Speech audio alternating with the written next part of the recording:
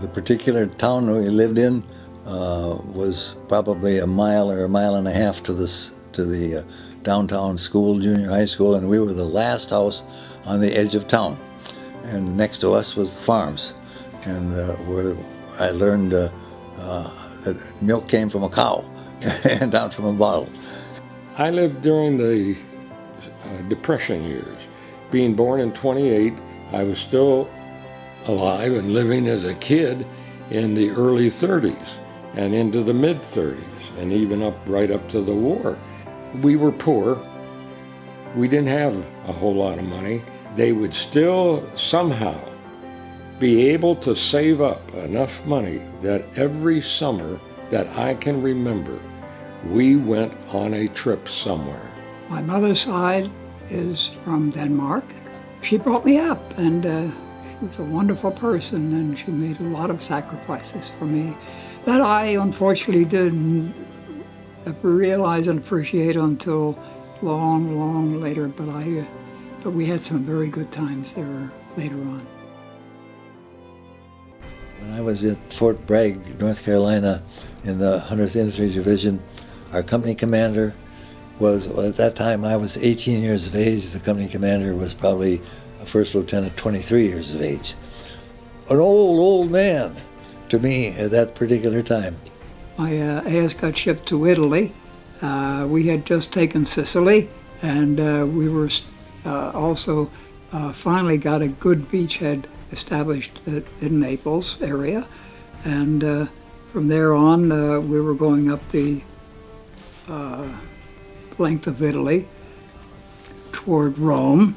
So there we were in Italy, taking the capital, and the other guys were getting off the boats at Normandy.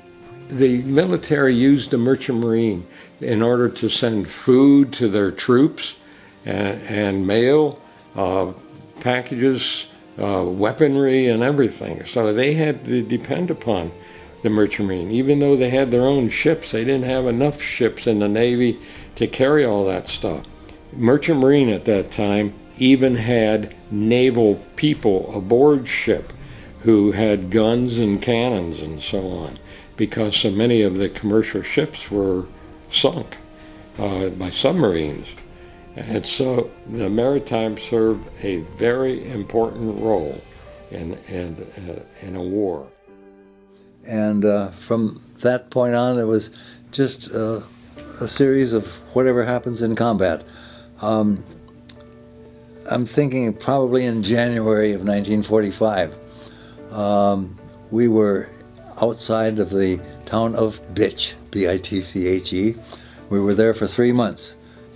We also were in a situation where on the right-hand side was the rear lines of the Americans. On the left-hand side was the rear lines of the Germans. They shot at one another, and we were underneath where the shells were going. The shells were way up in the air. It was like the 4th of July. You never saw anything like it. Boom, boom, boom, over here. And then the shells landing over there where the guns were.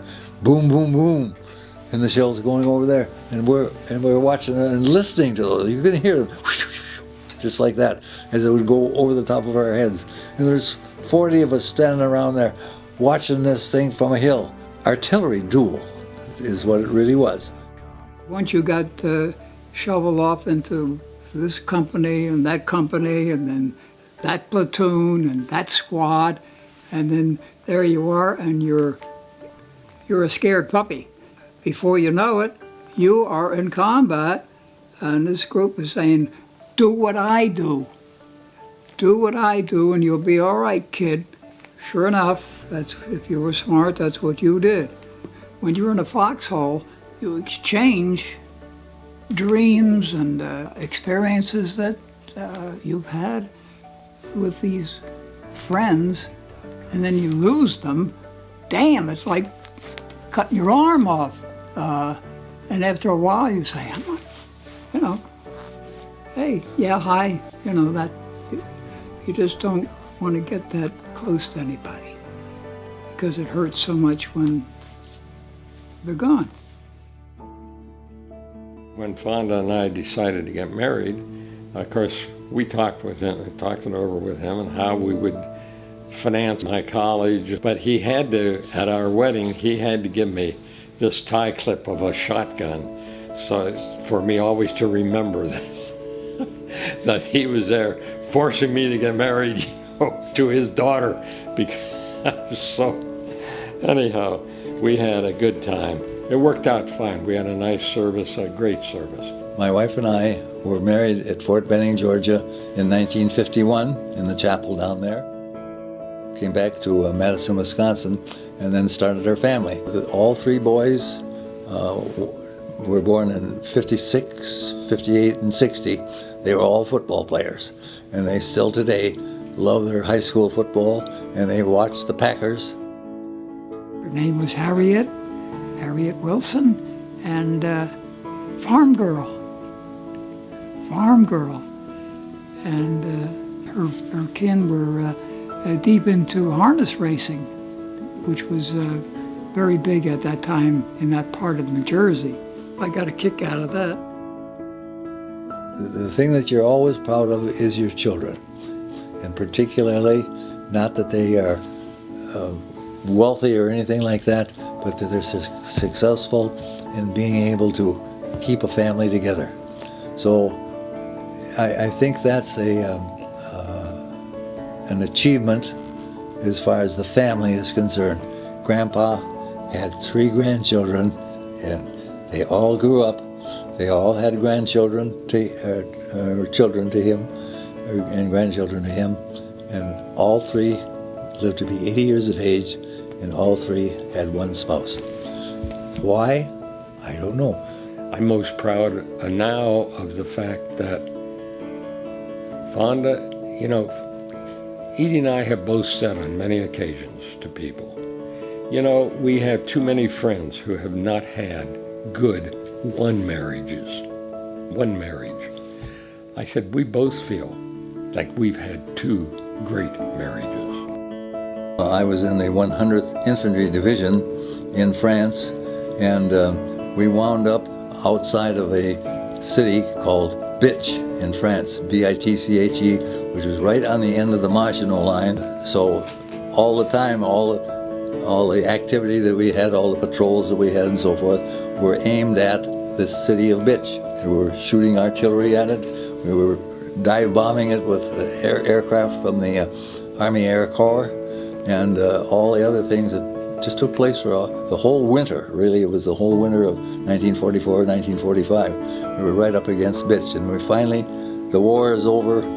We organized and said we're going to have a organization called the Sons of Bitche, because we had worked at that particular area so long. So today, all of us who are still alive, that got a card that says you are a legitimate son of bitch as compared to an illegitimate son of bitch.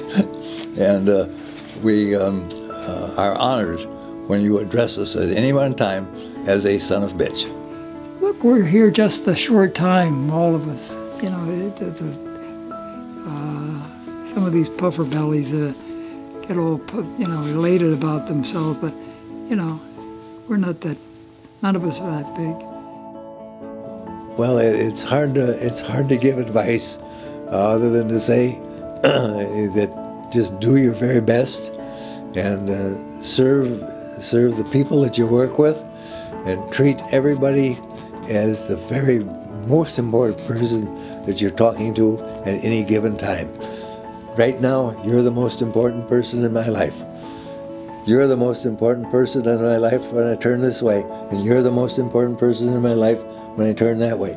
Pretty soon I'll be going back to my wife, and she will be the most important life. For that particular person, as they are interfacing with you or working with you, your attention is upon them as the most important person in the world right now.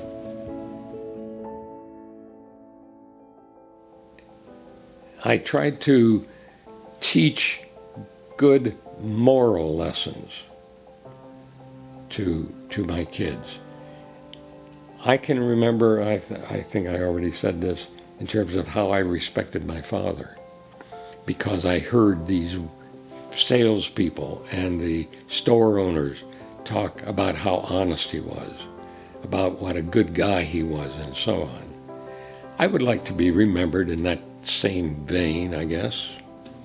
I remember this 23-year-old first lieutenant who was our company commander complaining bitterly. He says, "Hey, we got a company of 200 men and there's only 100 of you out here." He says, "I'm going to tell you something.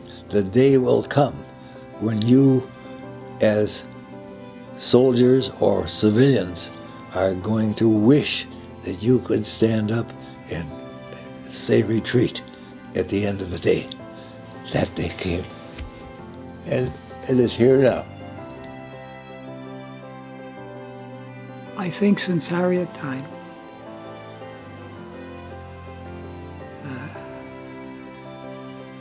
I find it difficult to get back into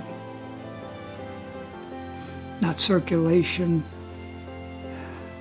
not communication, just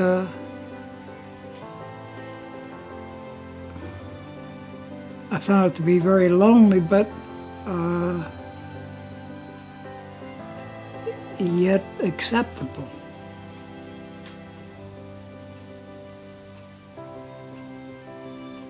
And she's still here. Her ashes are in the lake. Mine will go there too.